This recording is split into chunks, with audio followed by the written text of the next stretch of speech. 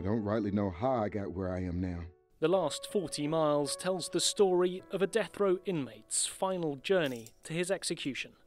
It's the creation of journalist Alex Hannaford. He's been interviewing inmates for 11 years, and this particular prisoner, Ray, stuck in his mind.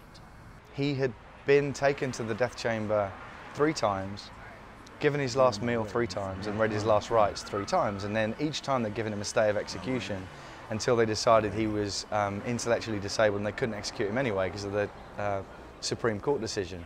So he was then taken off death row and put in a regular prison cell, and he's there to this day. During Ray's final journey, we learn about his troubled childhood and the events that brought him to this place, and the fact that he's intellectually disabled. Hannaford chose to tell the story using animation, as he felt it would provoke a stronger reaction from viewers. I would like people to look at it and say, okay, this is based on a true story. That's interesting, because I actually felt a little bit of compassion for this guy. And I've heard people say they see it and they say, oh, I don't think he did it. And, you know, that's interesting to me, because I didn't really want to editorialize about whether he did it or not, because actually I don't really know.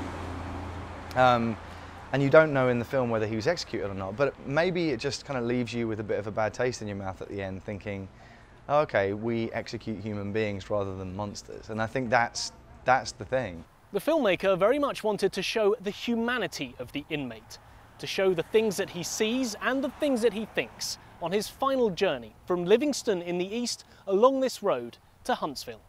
And in doing so, to give an insight into every death row inmate's final journey. I've done this journey before, sir. On the morning of an execution, they'll drive the inmate from Livingston to Huntsville.